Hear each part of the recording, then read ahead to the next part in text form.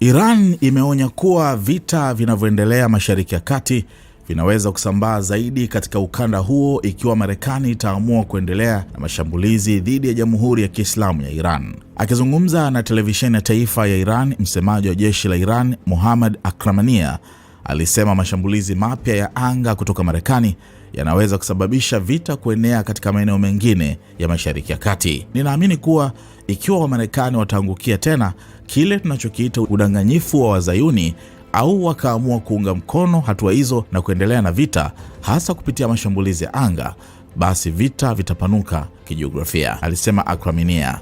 Kauli hiyo imetolewa wakati Waziri Mkuu wa Israel Benjamin Netanyahu akitarajiwa kusafiri kwenda Washington Jumanne kwa ajili ya kukutana na rais wa Marekani Donald Trump pamoja na kuhudhuria mazishi ya Senator Lindsey Graham.